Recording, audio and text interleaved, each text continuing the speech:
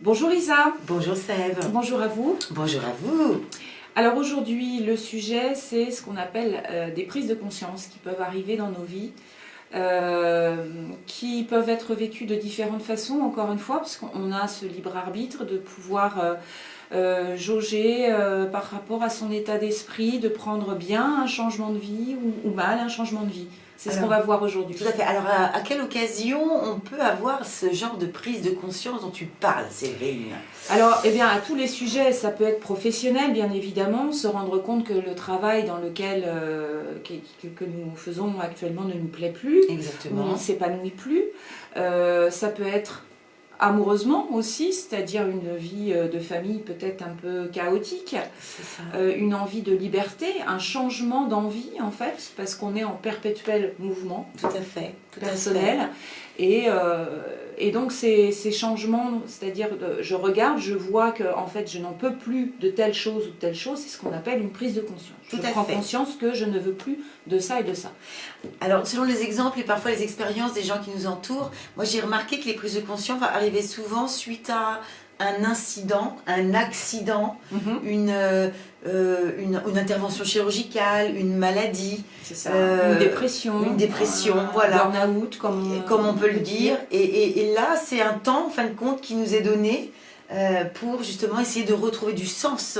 Donc dans Conscience, il y a aussi cette histoire de sens, avec sens, là, avec, donc avec du sens, retrouver une vie avec du sens.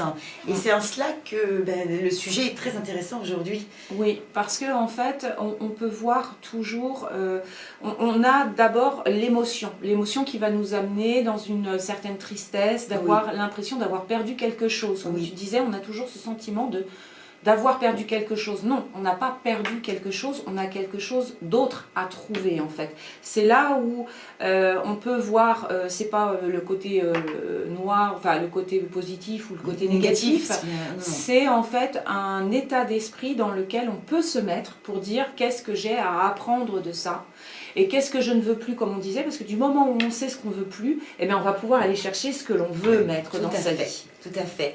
Et toujours regarder ce qu'on ne veut plus avec beaucoup de douceur, avec beaucoup de comment dire, de recul, parce que ce qu'on fait dans notre vie, ça a toujours une utilité et c'est de l'apprentissage.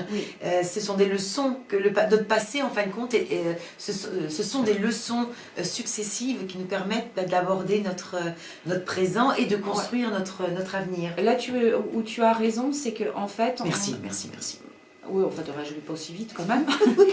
Là où tu as raison, en fait, c'est effectivement, je ne sais plus ce que je voulais dire, parce que tu as été trop longue là sur le coup. Elle était très bonne mon idée à la base, que ça revienne. Alors j'essaye de meubler, mais je ne sais pas avec quoi meubler. Si vous avez des idées par rapport à la suite de la phrase de Séverine, n'hésitez pas à nous les dire. Non, et ce que je veux dire par là, c'est qu'en fait, il y a toujours une période de deuil. Cette période de deuil est normale. Elle est plus ou moins courte, c'est vous qui déciderez. Mais ne restez pas dans cette période de deuil, parce qu'il y a autre chose à faire de ça. J'en reviens toujours à cette alchimie intérieure. C'est un enfant, par exemple, avant de vraiment savoir marcher, il va peut-être tomber plusieurs fois. Mais il continue. Et après, il apprend à marcher. Est-ce que lui, personnellement, se pose la question de savoir s'il y arrivera un jour ou pas ? Ne vous posez-vous les questions, en fait, plutôt des questions qui vont vous faire grandir, évoluer, en vous posant cette simple question, qu'est-ce que je peux faire de ça pour le mieux? C'est cela. De moi-même. Tout à fait. Et il y avait un grand industriel asiatique dont j'ai perdu le nom qui disait qu'on apprend plus de ses échecs que de ses réussites. Absolument. J'ai loupé la citation.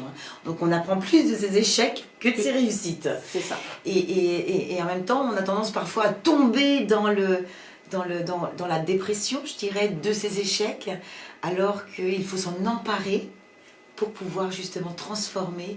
Donc, un échec est déjà une réussite, on peut le voir comme ça. Exactement. De façon à dire, voilà, j'ai appris à comment ne pas faire telle chose Donc c'est voilà. de l'expérience. Parce que rien ne vaut l'expérience. Parce que si... Le scientifique. C'est ça. Parce que on a beau trouver des clés dans les bouquins, des clés chez des thérapeutes, des clés avec des coachs, etc. Si on ne le met pas en pratique, si on ne les vit pas au quotidien, si on ne les intègre pas dans notre expérience de vie, il ne se passera rien. Il se passera rien. Donc la prise de conscience, certes, mais ça fera l'objet certainement d'une prochaine vidéo. Ça sera le mouvement derrière. C'est ça, exactement. Se Voilà. mettre en mouvement.